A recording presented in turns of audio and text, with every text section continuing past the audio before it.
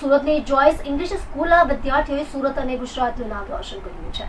તમિલનાડુમાં યોજાયેલો સ્કાઉટ જાંબુરી સ્પર્ધામાં ગુજરાતના બેન્ડને રિપ્રેઝેન્ટ કરી વિદ્યાર્થીઓએ પ્રથમ ક્રમાંક હાંસલ કર્યો હતો।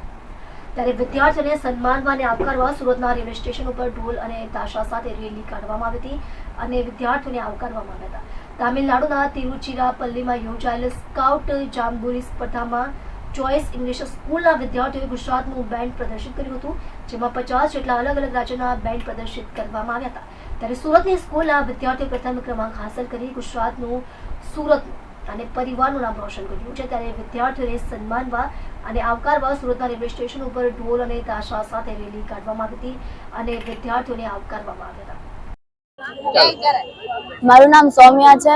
અમે લોકો જંબુરી ગયા હતા, ડાયમંડ જુબલી જંબુરી। અમે ની અલગ અલગ પ્રકારની એક્ટિવિટી કરી, જેમ કે ફન બેઝમાં પિસ્ટોલ ફાયર, રિંગ, થ્રોઈંગ બોલ, બાસ્કેટબોલ, પછી એડવેન્ચર એક્ટિવિટીઝમાં રોક ક્લાઇમ્બિંગ, પછી રેસલિંગ, રશિયન બોલ climbing, rope, monkey bridge, wooden bridge, and other activities કરી। પહેલું પ્રાઇઝ કઈ એક્ટિવિટીમાં મળ્યું આપને? આમાં પ્રાઇઝ નથી પહેલો નંબર થી આવે પહેલો નંબર આવે અમારે બેન્ડ કોમ્પિટિશનમાં ફર્સ્ટ પ્રાઇઝ આવ્યો છે। કેટલી દીકરીઓએ આમાં ભાગ લીધેલો આપણે? અમે ટોટલ 5 દીકરીઓએ ભાગ લીધેલો અને 6 છોકરાઓએ ભાગ લીધેલો। બેટા કયા પ્રકારની ધૂન વગાડેલી તે પ્રથમ પ્રાઇઝ આવ્યો? અમે લોકો સૌથી પહેલા સ્લો માર્ચ વગાડ્યો, પછી બીએચ રોલ વગાડ્યો, પછી જેબીએમ, એસએસ રોલ, 7 રોલ। તરફથી કયા પ્રકારનું માર્ગદર્શન મળ્યું તો ગુજરાતનું પ્રતિનિધિત્વ નંબર 1 આવે? ટીચર બંને ટીચરોએ અમને પ્રોત્સાહન કર્યા, અમને કોન્ફિડન્સ દીધો, પછી અમારી જ્યાં જે મિસ્ટેક થતી ત્યાં અમને સલાહ દીધી। ત્યાં બેટા 50 સ્કૂલો ભાગ લીધેલો, ભારતમાંથી વિવિધ રાજ્યોમાંથી આવેલી હતી। ત્યાં આગળ કેવા પ્રકારનું તમે કઈ રીતે ત્યાં આગળ આનંદ લીધો? ત્યાં બહુ બધી આમ ફિઝિકલ એક્ટિવિટીઝમાં તમિલનાડુ જેમ કે સારું હતું। અમારું ગુજરાતનું જ અમારે એમાં સેકન્ડ પ્રાઇઝ આવ્યો છે, એમાં હતું। માય નેમ ઇઝ જેની નિકુંજભાઈ પટેલ। કઈ સ્કૂલમાં અભ્યાસ કરે છે? Joyce English school. કઈ જગ્યા પર શાળા આવી, કઈ જગ્યા પર બેન્ડ વગાડવા માટે ગયેલા હતા?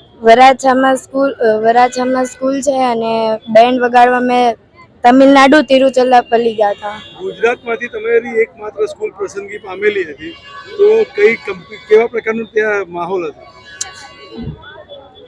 આમ સારું હતું અને ગુજરાતનું બેન્ડ જોવા બધા ઉત્સુક હતા।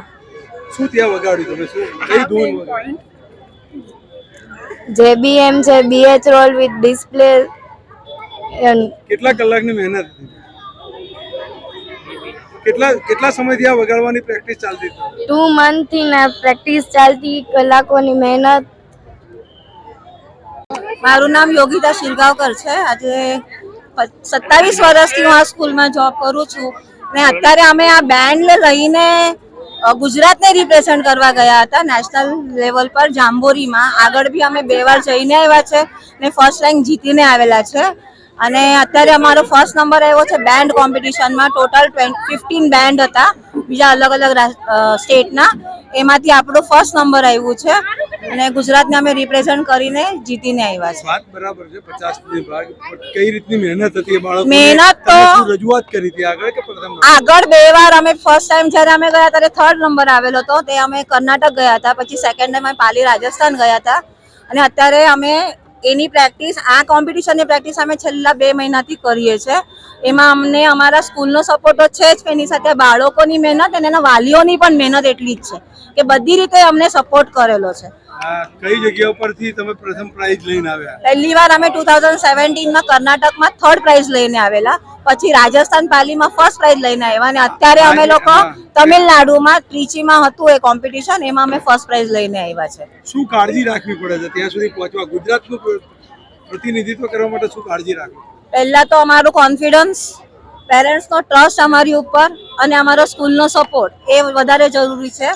પ્લસ આ સ્ટુડન્ટ જે મહેનત કરે છે, જે ઇન્સ્ટ્રુમેન્ટ કલાકો ઊભા રહે છે અમુક ટાઈમ તે લોકોને પાણી પીવાનો પણ ટાઈમ નહીં મળતો હોય, તો કોમ્પિટિશન માટે જે ઊભા રહેતા હોય બધાના વચ્ચે અને એ લોકોનો અમારી ઉપર વિશ્વાસ ને અમારો એ લોકોની ઉપર વિશ્વાસ, આ જ બધું કામ લાગે છે.